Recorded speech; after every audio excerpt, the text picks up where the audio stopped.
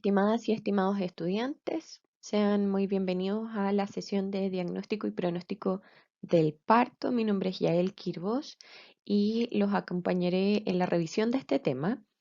en donde en esta primera cápsula vamos a hablar sobre las generalidades del parto y los fenómenos pasivos. Como pueden evidenciar, los contenidos de esta sesión están divididos en dos cápsulas, en donde la primera cápsula es tendiente a revisar aspectos de las generalidades y fenómenos pasivos del parto, en donde vamos a ver una de las definiciones de parto, las etapas del parto y los fenómenos pasivos de este. Para dar una contextualización inicial, ¿qué es lo que vamos a entender por parto?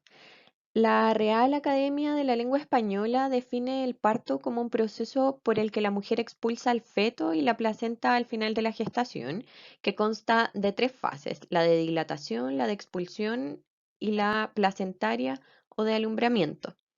Asimismo, los autores y muy conocidos autores de el libro Obstetricia de Pérez Sánchez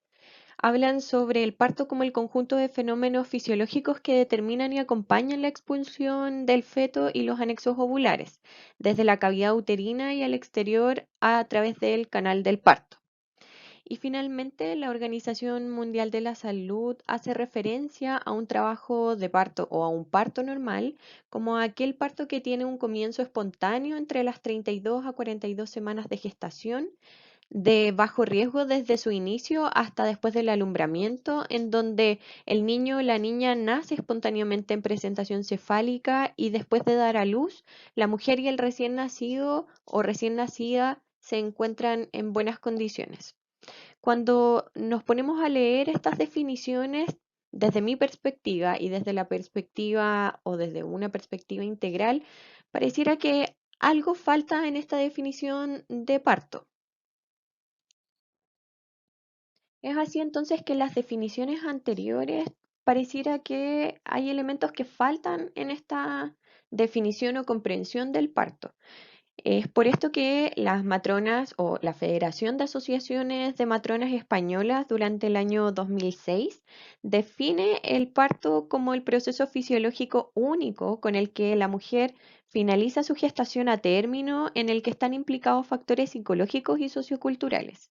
Su inicio es espontáneo, se desarrolla y termina sin complicaciones, culmina con el nacimiento y no implica más intervención que el apoyo integral y respetuoso del sí mismo.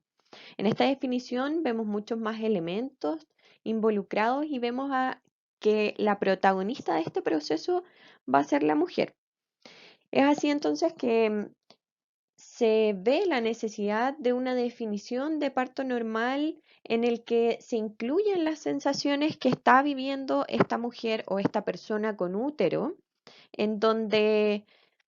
en vez de tantas medidas externas y arbitrarias, veamos las sensaciones de esta. También se habla del parto como un proceso con contracciones uterinas dolorosas, regulares, que producen un borramiento y dilatación progresivos del cérvix y un descenso del feto, y que va a culminar con un nacimiento vaginal espontáneo de un recién nacido sano y también la expulsión de placenta y membranas. También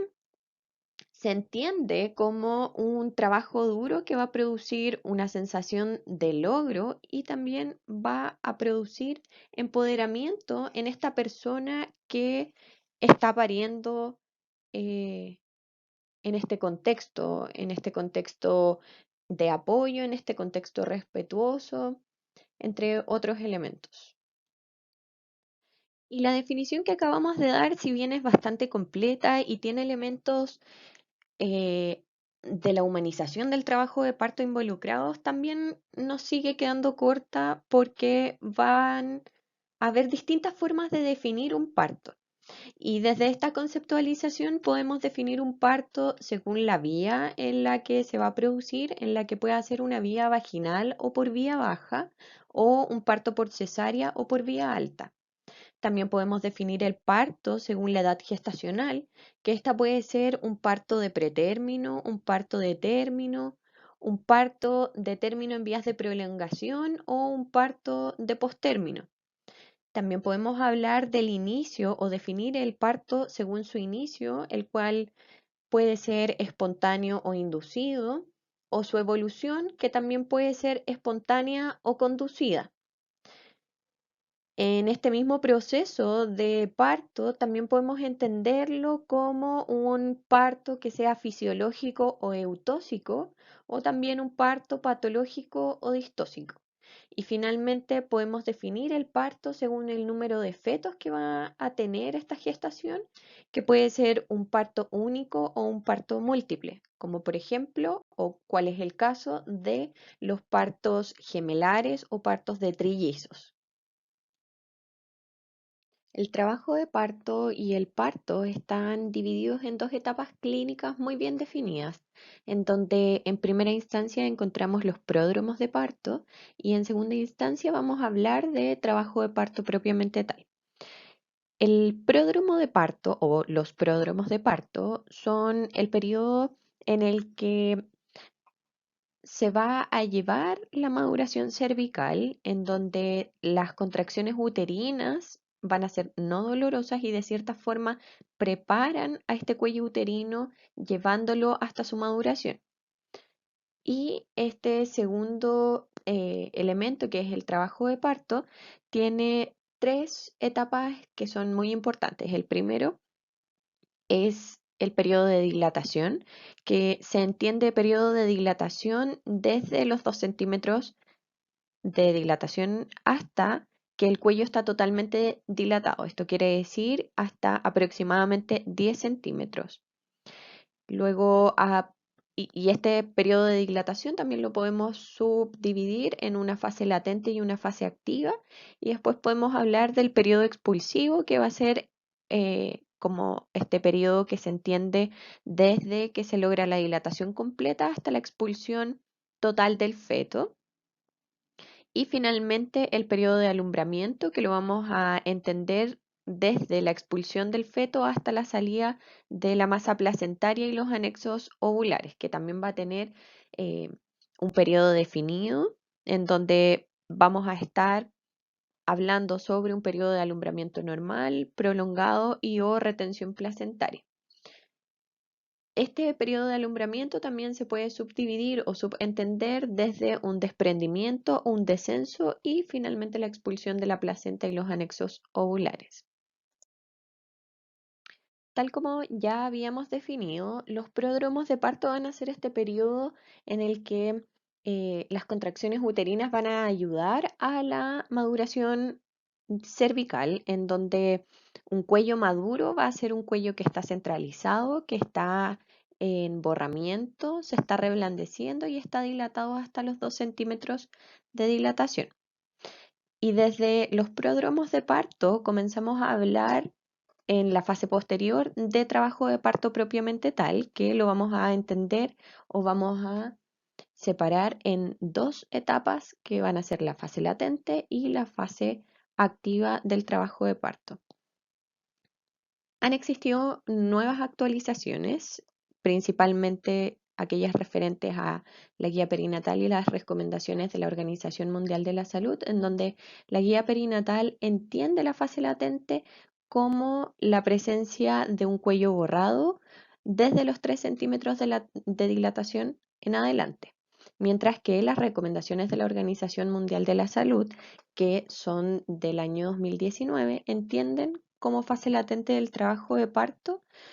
como esta progresión de dilatación hasta los 5 centímetros de dilatación, que puede tener contracciones uterinas dolorosas, que puede tener cambios variables del cuello uterino y que incluso puede tener un cierto grado de borramiento del cérvix.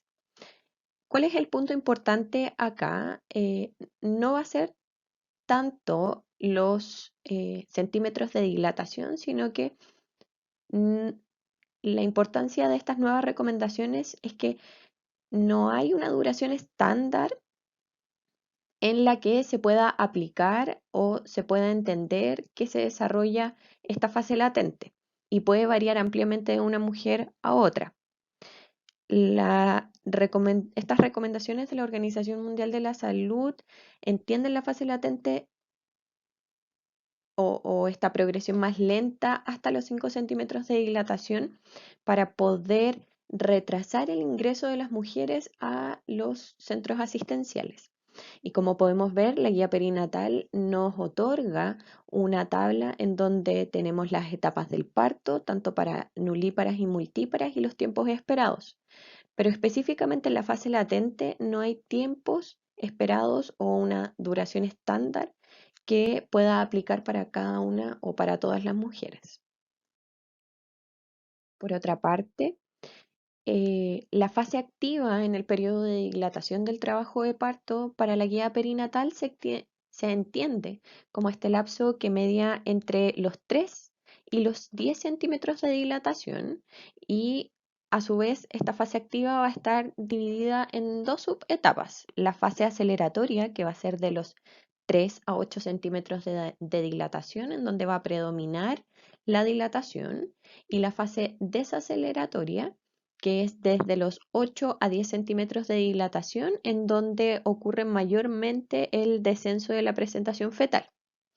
Y las recomendaciones de la Organización Mundial de la Salud entienden la fase activa como el periodo de dilatación activa que se va a caracterizar por contracciones uterinas dolorosas que van a ser regulares con un grado importante de borramiento y dilatación más rápida del cuello uterino desde los 5 centímetros hasta la dilatación total, tanto para los primeros trabajos de parto como para los trabajos de parto subsecuentes. Anteriormente hablábamos de que no existía un tiempo promedio o un tiempo estándar para clasificar la fase latente del trabajo de parto, pero la duración de la fase activa de este periodo de dilatación generalmente no excede las 12 horas en los primeros partos, y normalmente no excede las 10 horas en los partos subsecuentes. Esto quiere decir que si tenemos una mujer nulípara, la fase activa no debiese exceder las 12 horas, y si excede las 12 horas tenemos que tener tenemos que tener evaluaciones más acuciosas. Y para las mujeres que ya han tenido partos anteriores, es decir, que son multíparas, debemos, o el tiempo estándar que podemos tener en nuestra mente son 10 horas. Para una comprensión más completa del trabajo de parto y el parto, vamos a proceder a revisar cuáles son los fenómenos pasivos del parto, y estos se van a entender al conjunto de modificaciones consecutivas a la actividad contráctil del útero. A modo de recordatorio, debemos volver a los conceptos esenciales del parto, y recordemos que el parto va a tener un motor que va a ser el útero y sus contracciones, quienes van a eh, tener una actividad que va a impulsar la expulsión o el nacimiento de este niño o niña. También tenemos un canal que va a ser el conducto genital, que puede ser óseo, puede ser músculos, puede ser músculos tanto del segmento inferior, el cérvix, la vagina y la vulva. Y finalmente vamos a tener un móvil que va a ser este feto, que su propósito o todo este sistema va a actuar para su salida o para su nacimiento. Entonces, vamos a tener dos tipos de fenómenos: los fenómenos activos, que van a ser aquellos relacionados con las contracciones uterinas, el movimiento del diafragma y la presión abdominal, que van a ser principalmente los pujos maternos. Y debemos recordar también que estas contracciones uterinas tienen algunas características que lo hacen particular, que van a ser la presencia de un tono basal, una intensidad específica, un acné, una frecuencia, duración, presión máxima y una actividad uterina característica de el trabajo de parto y de cuán avanzado está este trabajo de parto y parto. También debemos recordar que las contracciones uterinas y estos fenómenos activos tienen la característica de una onda contráctil uterina que se inicia desde un marcapaso funcional que generalmente está ubicado en la unión de las tubas uterinas con el útero y que se propaga siguiendo el fenómeno de triple gradiente descendente. Para esto se les recomienda que revisen la clase de contractilidad uterina que pudieron tener en el curso de obstetricia fisiológica 1. Y finalmente vamos a entender también los fenómenos pasivos o vamos a tener fenómenos pasivos que van a ser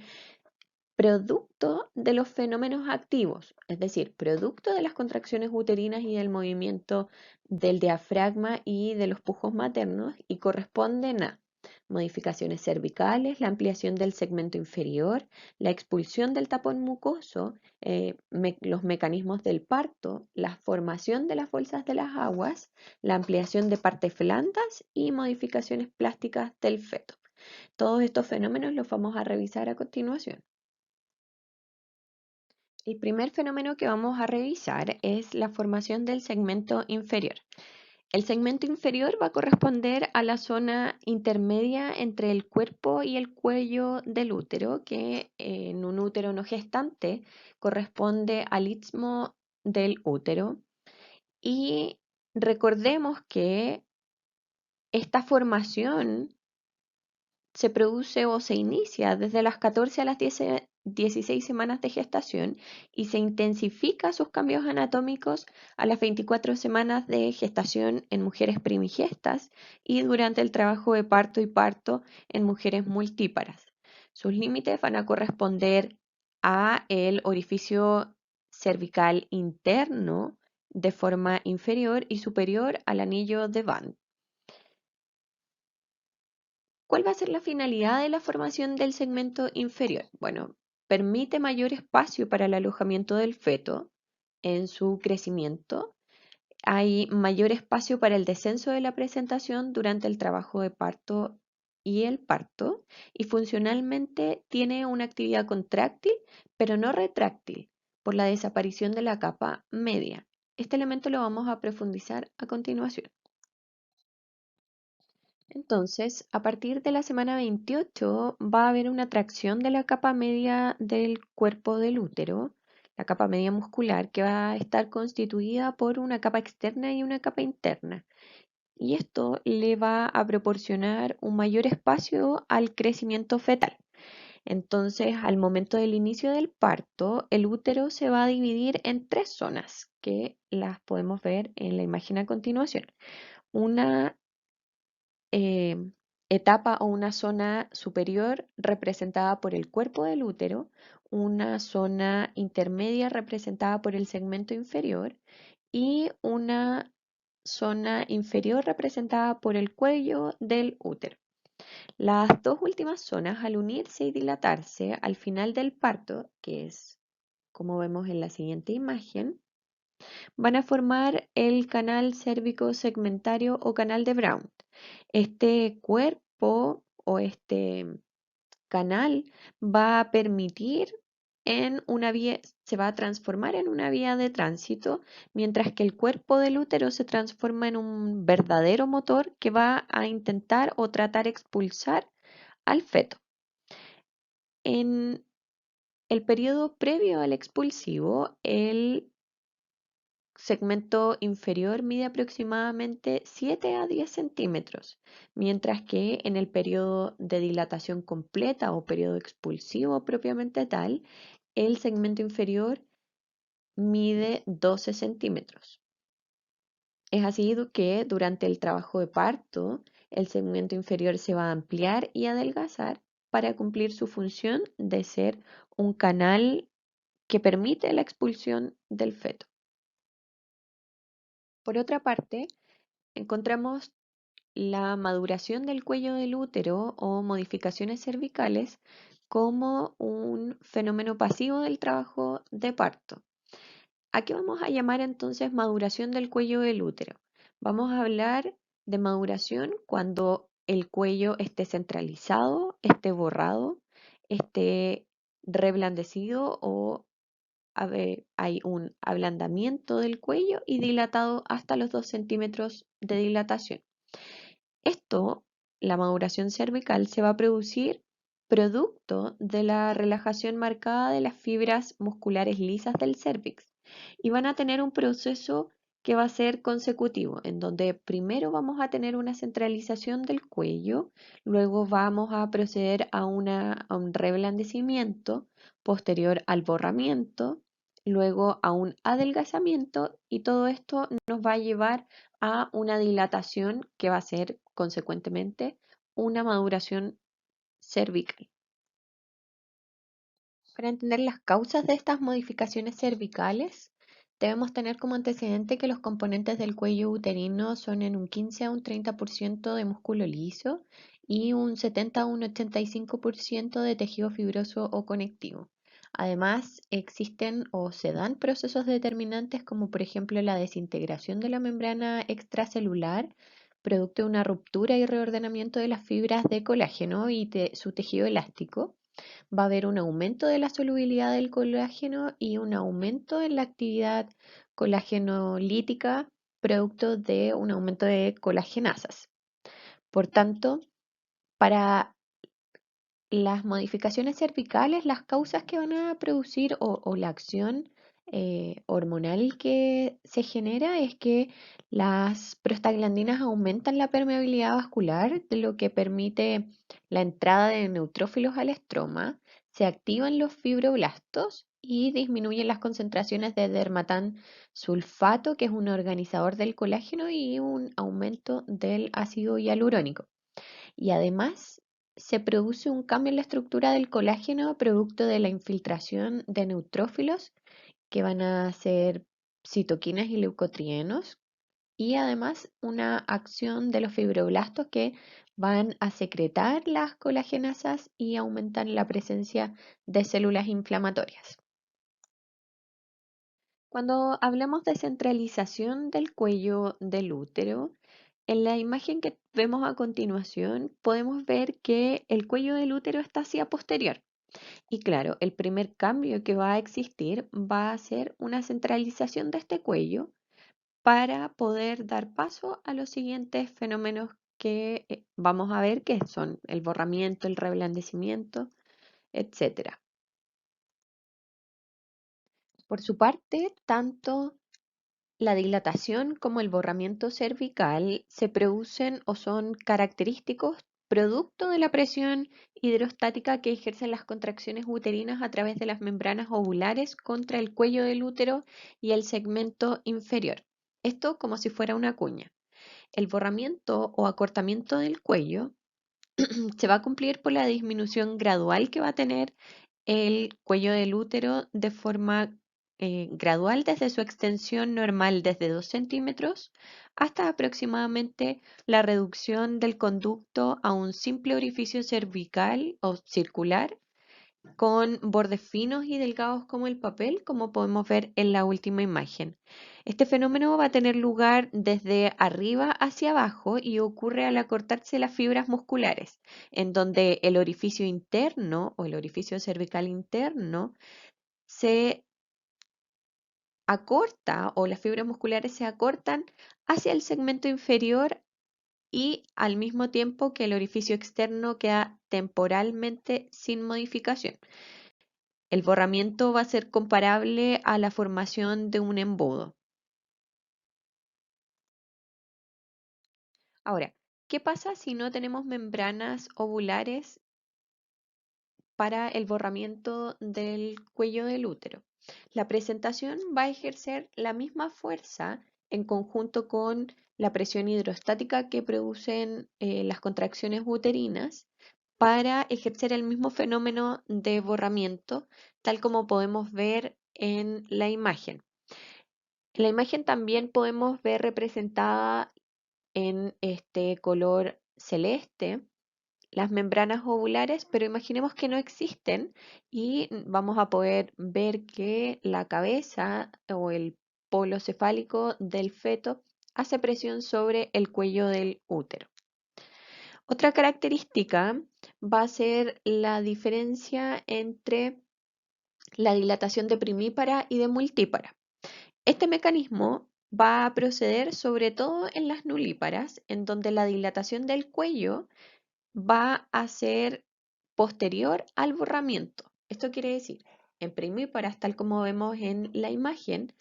el cuello primero se borra y luego se dilata. En cambio, en mujeres multíparas, es decir, que ya han experimentado un parto vaginal,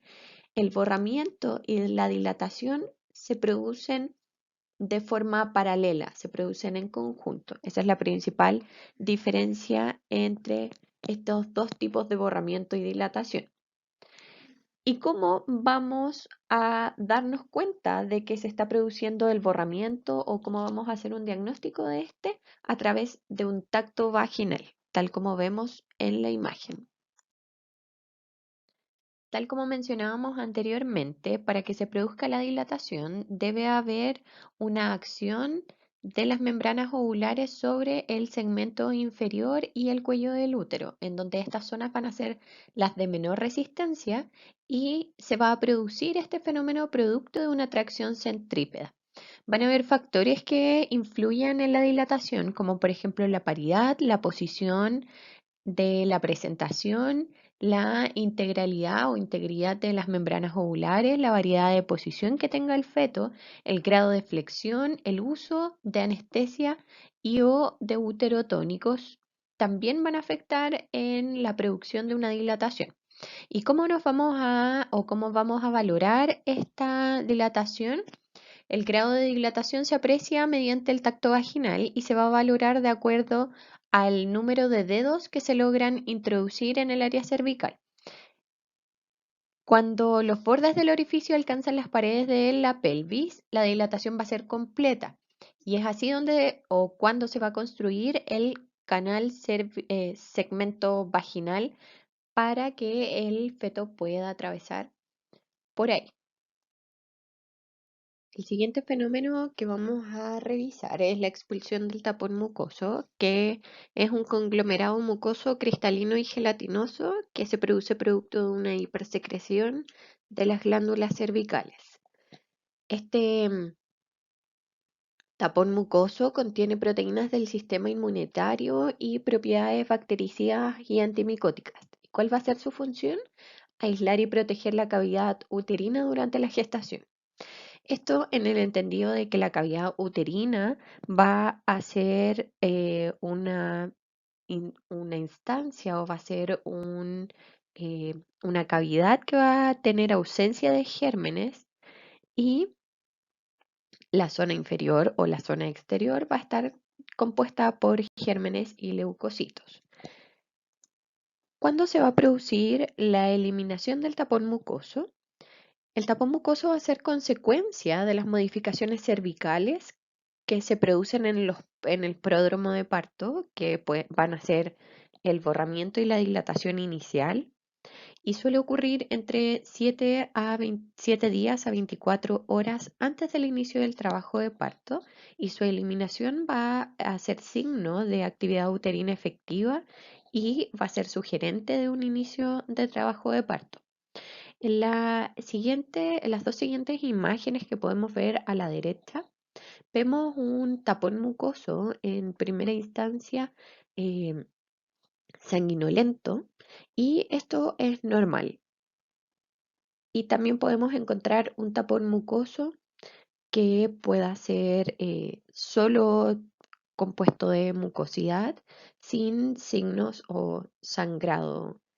Acá es muy importante, mientras demos la educación prenatal a las gestantes, de que el tapón mucoso no es un signo de alarma, ya que el sangrado debe ser activo para que sea un signo de alarma. En cambio, el tapón mucoso es solo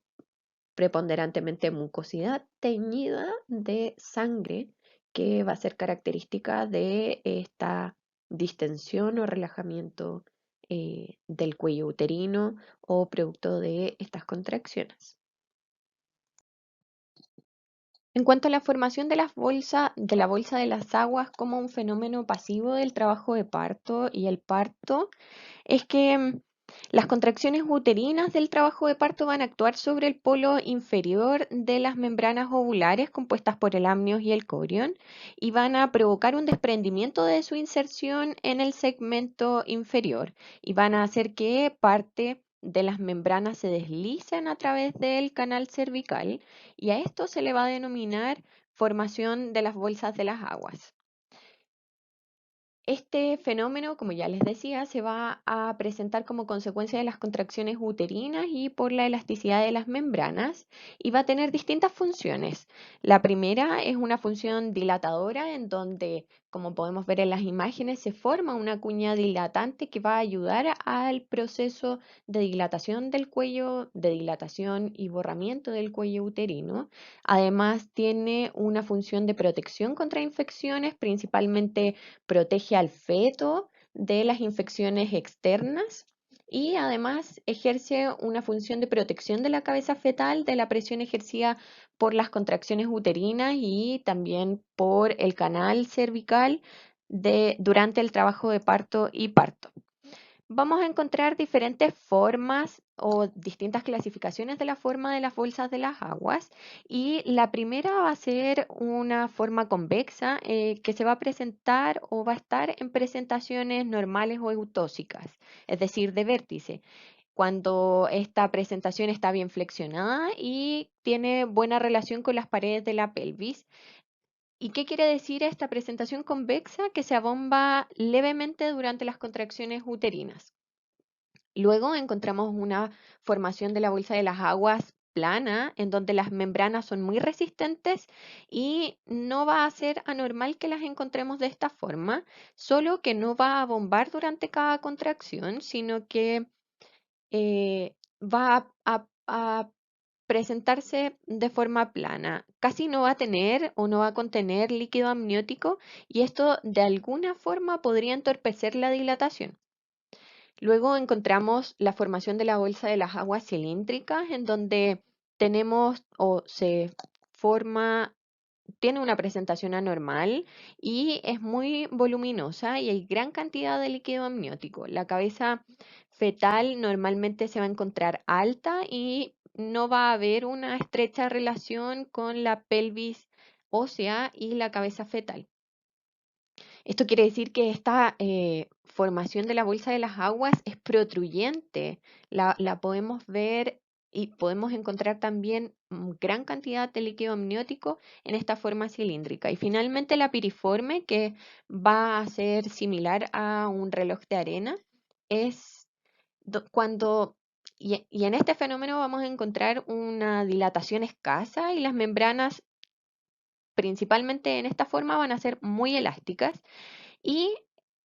esta forma de la bolsa de las aguas algunas veces nos podría confundir con una dilatación completa, ya que, como podemos ver, es una especie de pelota que está hacia afuera y la podríamos llegar a confundir con la presentación fetal. Y también vamos a encontrar una clasificación acerca del momento en el que se produce la rotura de la bolsa de las aguas. Por ejemplo, en el momento en el que se producen, donde podemos tener una rotura prematura, que va a ser antes de que inicie el trabajo de parto, una rotura precoz, que esto va a significar que ya estamos en un trabajo de parto, pero antes de que sea la dilatación completa, una rotura tardía que va a ser después de la dilatación completa o una rotura tempestiva u oportuna que va a ocurrir durante el periodo expulsivo del parto. También tenemos otra clasificación que va a ser la forma en la que se rompen las bolsas de las aguas y esta puede ser una rotura espontánea o una rotura artificial o instrumental. Siempre luego de que ocurra una rotura de la bolsa de las aguas debemos tener claro cuáles son las características del líquido amniótico que son producto de esta rotura. Normales en una gestación de término van a ser un líquido amniótico que sea claro, que puede o no tener grumos y puede tener un olor clorado. Ya puede ser signo de em, de alarma cuando nos enfrentamos a un líquido amniótico que tenga un color característico, por ejemplo, que sea verdoso, que puede ser un meconio reciente, o amarillento, que puede ser un meconio antiguo, o un meconio espeso, que puede ser producto de la presentación podálica o una hipoxia fetal, que esto quiere decir que puede ser una o podría estar asociado a un sufrimiento fetal agudo. También vamos a poder caracterizar el olor en el que poseen, em, en donde es normal que encontremos un olor tipo clorado, pero cuando tenemos un mal olor o un olor fétido, también vamos a estar frente a una infección ovular. Y otros elementos que del color puede ser una presentación de un color café o color vino, que va a significar que estamos frente a un feto muerto, o rojizo o con sangre, que puede ser la rotura de un vaso placentario o umbilical. Todos estos son colores que son signos de alerta o alarma, y también podemos estar frente a un líquido amniótico que tiene presencia de grumos, que puede significar madurez pulmonar. Ahora, ¿qué hacer siempre luego de una rotura de membranas? Inmediatamente posterior a una rotura de membranas debemos auscultar los latidos cardíacos fetales, debemos registrar la fecha y la hora, y debemos describir sus características que las acabamos de mencionar. ¿Por qué debemos auscultar los latidos cardíacos fetales eh, luego de una rotura de membrana? Esto es porque cuando tenemos líquido amniótico, es posible de que el cordón umbilical pueda bajar con este líquido amniótico y se pueda producir una protrusión de cordón que va a generar una disminución de los latidos cardíacos fetales. Por tanto, es un elemento que siempre debemos verificar y recordar que la ocultación de los latidos cardíacos fetales y la presencia de estos en los indicadores o en los rangos ya establecidos, que son entre 110 y 160 latidos por minuto, van a significar bienestar fetal. Pasemos ahora a los mecanismos de parto como un fenómeno pasivo del trabajo de parto y parto, y para eso ya hemos conversado sobre los elementos fundamentales de los mecanismos del mecanismo de parto, que están caracterizados por el motor, que es el útero y sus contracciones, el canal, que es el conducto genital por el cual va a atravesar este feto, y el móvil, que es el feto. Por tanto, los mecanismos de parto van a ser el conjunto de movimientos pasivos a los que es sometido el feto por acción de las contracciones uterinas y los pujos maternos, con la finalidad de lograr pasar los estrechos superior, medio e inferior de la pelvis, que van a ser el canal del parto. Esto poniendo en íntimo contacto los diámetros fetales, especialmente la cabeza fetal, con los diámetros de la pelvis, para lograr así la salida del feto del cuerpo de la madre. Entonces, ¿cuáles van a ser los elementos importantes del mecanismo de parto? Bueno, el canal. Su máxima importancia va a ser en el periodo expulsivo, va a estar formado por la pelvis ósea y blanda, y el canal del parto no es cilíndrico geométricamente. Esto quiere decir que no es perfectamente cilíndrico, por tanto va a tener diversos movimientos el feto para poder atravesar en él. El motor, que va a estar constituido por el cuerpo uterino y la prensa abdominal, que va a tener una fuerza motriz que va a movilizar al feto por el canal del parto, y el móvil, que es el móvil del parto, que es el feto adopta una actitud forzada y una forma cilíndrica, y se va a considerar al feto como un cilindro integrado por tres segmentos: la cabeza, los hombros y nalgas, y un cilindro desigualmente flexible. ¿Cuáles van a ser los tres movimientos esenciales que va a tener que atravesar o tener el móvil? Bueno, va a tener que pasar o va a tener un movimiento de entrada, un pasaje y una salida. Estos elementos los van a ver en la clase de mecanismos de parto, pero de forma general podemos entender los mecanismos de parto en cuatro tiempos. El primer tiempo va a ser la acomodación al estrecho superior. El segundo tiempo, el encajamiento y el descenso de la presentación. El tercer tiempo, la rotación interna y acomodación al estrecho inferior. Y el cuarto tiempo, de los mecanismos del parto, el desprendimiento de la presentación. Cuando hablamos de la ampliación del canal blando como un fenómeno pasivo del trabajo de parto y parto, significa que la vagina, el anillo himenal, la vulva y el periné se distienden progresivamente como consecuencia del descenso de la presentación y de la bolsa. Esto al final del parto va a hacer que ceda el diafragma muscular de los músculos elevadores del ano y los músculos isquiococcígeos, en donde la estructura ósea experimenta cambios durante la gestación, pero durante este periodo van a generar la retropulsión del coxis, que va a ser un movimiento de desplazamiento hacia atrás del coxis, en donde se va a observar la ampliación de este canal de blando del parto. Va a existir también una influencia del estrógeno en donde va a haber una pérdida del colágeno y la biodisponibilidad de óxido nítrico que va a provocar relajación de las células y también una distensión máxima por el paso del móvil a través del canal blando. Finalmente, el último fenómeno pasivo que vamos a abordar son los fenómenos plásticos del feto, en donde las vamos a entender como las deformaciones que va a sufrir el feto y en especial la presentación fetal durante su pasaje por el canal del parto. Esto va a depender de la variedad de posición, las características de la pelvis, la resistencia que tenga la musculatura perineal, la magnitud y la duración de la presión que recibe la cabeza del feto y el estado de las membranas ovulares. Podemos encontrar tres tipos de fenómenos plásticos muy característicos. El primero es el cabalgamiento óseo, que va a ser la modificación de la curvatura o el deslizamiento de los huesos del cráneo fetal producto del pasaje a través del canal del parto. También encontramos, bueno, y este cabalgamiento va a ser variable y va a depender de las distintas presentaciones o posiciones que tenga el feto, donde va a ser mucho más acentuado en partos prolongados o distóxicos.